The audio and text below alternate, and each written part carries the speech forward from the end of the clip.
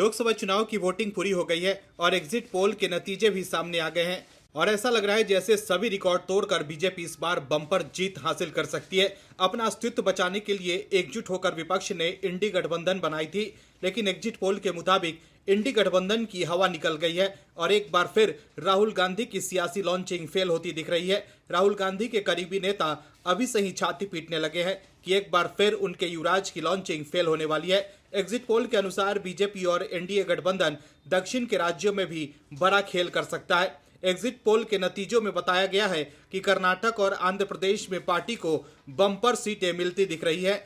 वहीं दिल्ली में कांग्रेस और आप के साथ आने के बाद भी बीजेपी सभी 7 सीटों पर जीत दर्ज कर सकती है। वहीं देश भर की बात करें तो इंडिया टुडे एक्सिस माई इंडिया के एग्जिट पोल के मुताबिक एनडीए 400 पार कर रहा है, मतलब अब की बार 400 पार होने जा रहा है। वहीं एबीपी न्यूज सी वोटर एग्जिट पोल में एनडीए को 353 से 383 सीटें, वहीं इंडी गठबंधन को 152 से 182 सीटें और अन्य को 4 से 12 सीटें मिलने की संभावना है। तमाम चैनल्स के एग्जिट पोल में बीजेपी की बम्पर जीत होती दिख रही है। वहीं दक्षिण के राज्यों में भी बीजेपी बड़ा धमाका कर सकती है।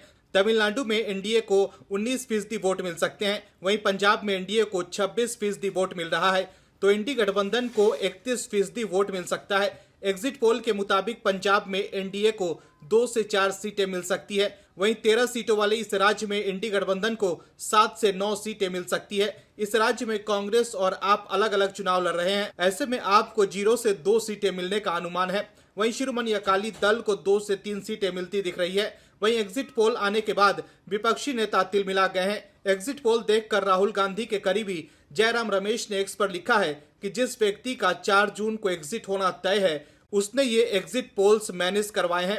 इंडिया गठबंधन को निश्चित रूप से कम 295 सीटें मिलेंगी, बिल्कुल स्पष्ट और निर्णायक बहुमत। निवर्तमान प्रधानमंत्री इस बीच 3 दिनों तक निश्चिंत रह सकते हैं। यह सब मनोवैज्ञानिक खेल है जिसमें उन्होंने महारत हासिल कर ली है, लेकिन वास्तविक परिणाम इससे बहुत अलग होंगे। बदलेगा भारत, जीतेगा इंडिया।